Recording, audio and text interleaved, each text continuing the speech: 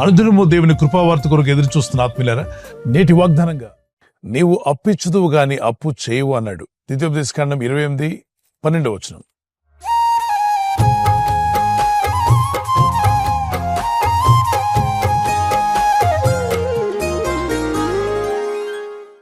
ఆయన వాక్యమును శ్రద్ధగా విని ఆయన ఆజ్ఞలకు లోబడి ఆయన చెప్పిన ప్రకారంగా జీవించినట్లయితే ఒక ఉన్నత స్థితిలోకి దేవుడు నడిపిస్తానన్నాడు. ఆయన మనం దీవించే విషయాలన్నీ కూడా అక్కడ రాయబడ్డాయి. ద్వితీయోపదేశకాండం 28:1-15 వరకు చదువుతూ వెళ్ళండి. అందులో ఒకటి, నీవు అనేక జన్మలకు అప్పు ఇచ్చేదవు గాని అప్పు చెయ్యవు అంటే దీని అర్థం ఏంటి? దేవుని ఆజ్ఞలకు లోబడి ఆయన మాట ప్రకారం జీవిస్తున్నప్పుడు, ఆయన దీవెన మీ జీవితంలోకి వచ్చినప్పుడు అనేకులకు అప్పు ఇవ్వగలిగే స్తోమత, ఆ స్థితి, ఆ ఆశీర్వాదం, ఆ దీవెన నీకు నీ ఇంటికి దేవుడు అనుగ్రహిస్తాడు. ఆయన అనుగ్రహిస్తే కదా మీరు అనేకులకు అప్పు ఇవ్వగలుగుతారు. ఒక భేద స్థితి నుండి, ఒక దీన స్థితి నుండి అభివృద్ధిలోకి, ఆశీర్వాదాలకు ప్రభు నడిపించినప్పుడు, ఆ ఉన్నత స్థితిలో నిన్ను పెట్టినప్పుడు నీవు అలాగే ఉండిపోకుండా మేలు చేసే వ్యక్తిగా ఉండాలి. Why God blesses you? He wants to bless you so that you will be a blessing to many people.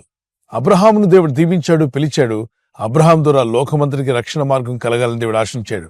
So whenever God blesses somebody, God wants to see the blessings are spreading through that person.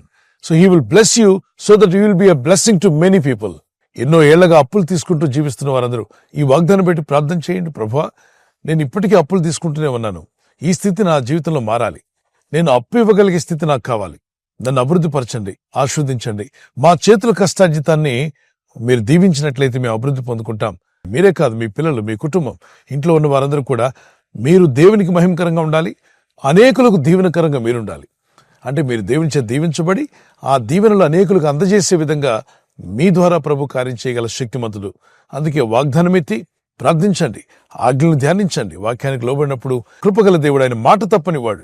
ఆయన ఇచ్చిన వాగ్దానాలు నెరవేర్చేవాడు, నెరవేర్చి ఉన్నాడు, నెరవేరుస్తున్నాడు. మీ పట్ల కూడా నెరవేర్చగల శక్తిమంతుడు. మరి ఎవరి జీవితంలో ఈ వాగ్దానాలు నెరవేర్చబడ్డాయంటే, లేఖనాల్లో మనం గమనిస్తే ఎబ్బేజు అనే వ్యక్తి చాలా దీనస్థితిలో, శ్రమలో, కష్టంలో, వేదనలో ఉన్నట్టుగా మనకు కనిపిస్తుంది.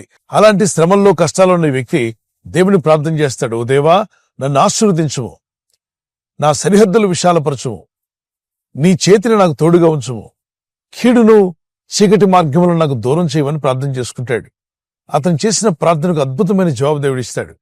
అతను దేవుడు ఆశీర్వదిస్తాడు, అతనికి దేవుని హస్తం తోడుగా ఉండేలా చేస్తాడు. అంతేకాకుండా అతని జీవితంలో కీడును దూరమయ్యేలా దేవుడు చేస్తాడు. దేవుని ప్రజలారా, మీరు ప్రార్థించేవారుగాను, విశ్వసించి దేవుని యందు నమ్మిక ఉంచి నిరీక్షణతో ముందుకు సాగుతుండగా దేవుడు మిమ్మల్ని ఫలింపజేసి అభివృద్ధిపరిచి, ఎబ్బేజు జీవితంలో దేవుడు అనుగ్రహించిన దీవెనల వలె ప్రభు మిమ్మలను, మీ కుటుంబాలను కూడా దీవించి వర్ధిల్ల చేయునుగాక. ఇప్పుడు కీర్తన పాడుకుందాం. సరిహద్దులను విశాలపరచుము యేసయ్యా, నీ చేయిని నాకు తోడుగా ఉంచుము యేసయ్యా. ఆ సరిహద్దులను విశాలపరచుము యేసయ్యా, నీ చేయిని నాకు తోడుగా ఉంచుము యేసయ్యా. నీవేమి రాకుండా నన్ను రక్షించుము, నా ప్రార్థనను ఆలకించుము. నీవేమి రాకుండా నన్ను రక్షించుము, నా ప్రార్థనను ఆలకించుము. యేసయ్యా, యేసయ్యా, నా దేవుడ నీవెనయా. యేసయ్యా, యేసయ్యా, నీవే నా స్తోత్రమయ్యా. యేసయ్యా, యేసయ్యా, నా దేవుడ నీవెనయా. యేసయ్యా, యేసయ్యా, నీవే నా స్తోత్రమయ్యా. నా సరిహద్దులను విశాలపరచుము యేసయ్యా, నీ చేయిని నాకు తోడుగా ఉంచుము యేసయ్యా. మీరు దీవించబడతారు, ఆశీర్వదించబడతారు. మీకు కావలసినవన్నీ కూడా మీరు పొందుకోవడమే కాకుండా ఇతరుల అవసరతల్లో కూడా సహాయపడేంత కృప దేవుడు మీకు దయచేస్తాడు. మన చుట్టూ మారు మనసు లేనివారు, రక్షణ లేనివారు, దేవుని ఎరగని వారు ఎంతోమంది ఉన్నారు. అనేకులు మిమ్మల్ని చూసినప్పుడు మీలో ఉన్న సమాధానాన్ని, మీలో ఉన్న దీవెనలు చూసి మీ ద్వారా వారు కూడా రక్షణలోకి రావాలని దేవుని కృప. ప్రార్థించండి, ప్రభువా, నా వరకే కాదు రక్షణ, నా బంధుమిత్రులందరూ రక్షణలోకి రావాలి, నా చుట్టూ ఉన్న స్నేహితులు, బంధువులు కూడా రక్షించబడాలని ప్రార్థన చేయండి. మీరు దీవించబడి, మీరు ఆశీర్వదించబడి, మీ దీనస్థితి నుండి, భేదస్థితి నుండి మీరు లేవనెత్తబడి, మీరు అనేకులకు సాయం చేసేంత గొప్ప కృపా సహాయము కృపగల దేవుడు మీకు దయచేయునుగాక. ప్రార్థన చేసుకుందాం. పరలోకమందున్న తండ్రి, మీరిచ్చిన ఆజ్ఞలు కాని, శాసనములు కాని, మీరిచ్చిన కట్టడలన్నీ కూడా మానవుల మేలు కోరి దయచేశారు. నీ వాక్యాన్ని శ్రద్ధగా వినే మనసు వీరందరికీ దయచేయండి. విన్న వాక్యాన్ని పాటించే మనసు వీరికి దయచేయండి.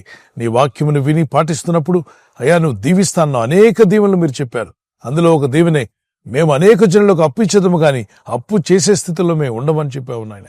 ఈ రోజు ప్రార్థించి ప్రయత్నించబోతున్న శంకుస్థాపన అయిన, గృహప్రవేశమైన, ఒక బిజినెస్ ప్రారంభిస్తున్నా, ఉద్యోగ ప్రారంభానికి వెళ్తున్నా, ఒక మంచి కార్యక్రమాన్ని ప్రారంభిస్తుండగా, నేను వారి బిడ్డల వివాహం కొరకు ప్రయత్నాలు చేస్తుండగా, వారు చేస్తున్న ప్రయత్నాలు ఫలించలాగున మీ దూతలకు ఆజ్ఞాపించండి.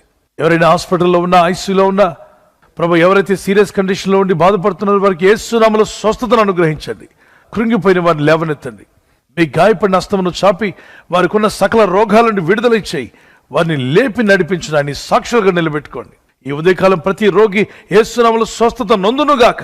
తండ్రి, ఈ దినం ఎవరైతే ప్రయాణమై వెళ్ళబోతున్నారో, అది రైలు మార్గమైనా, ఆకాశ మార్గమైనా, బస్సుల్లో, వాహనాల్లో ఎక్కడ ప్రయాణం చేస్తున్నా, రోడ్డు మార్గంలో ఏ వాహనంలో వారు ప్రయాణం చేస్తున్నా, నీ ప్రజలకు కాపాడే దూతలను పంపండి ప్రభు. ఇంకా దీనస్థితిలో, భేద స్థితిలో, అప్పులడుకునే స్థితిలో కాకుండా అప్పు ఇవ్వగలిగే స్తోమత స్థితి, ఆశీర్వాదం మీరందరికీ దయచేసి మీ నామాన్ని ఘనపరచుకోమని యేసుక్రీస్తు పరిశుద్ధ నామములో అడుగుచున్నాను నా పరలోకపు తండ్రి. ఆమేన్, ఆమేన్.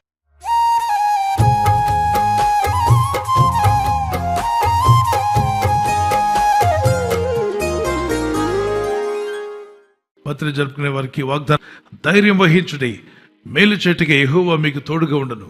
దేవుడి వాగ్దానంతో మిమ్మల్ని దీవించి షవర్స్ ఆఫ్ బ్లెస్సింగ్స్ మీకు దయచేసి మరింతగా ఈ నూతన సంవత్సరంలో ఆత్మీయంగా, వాక్యంలో, ప్రార్థనలు ఎదిగి దేవునికి దగ్గరగా ఉండి అద్భుతమైన విజయాలు మీరు పొందాలని మీ కొరకు ప్రార్థిస్తున్నాం. అలాగే వివాహం యానివర్సరీ జరుపుకునే వారికి మీ గాడ్ బ్లెస్ యూ. భార్యాభర్తల మధ్యలో ఐక్యత, ఏక మనసు, ప్రేమానురాగాలు దేవుడు దయచేసి భార్య లోబడి మనసు, భర్త ప్రేమించే మనసు, కుటుంబంతో ఐక్యత కలిగి ఉండాలని ప్రార్థిస్తున్నాం. మీకు దేవుడిచ్చిన వాగ్దానము మీ కుటుంబీకులు భూమి మీద పచ్చికలు విస్తరించుదురు గాక.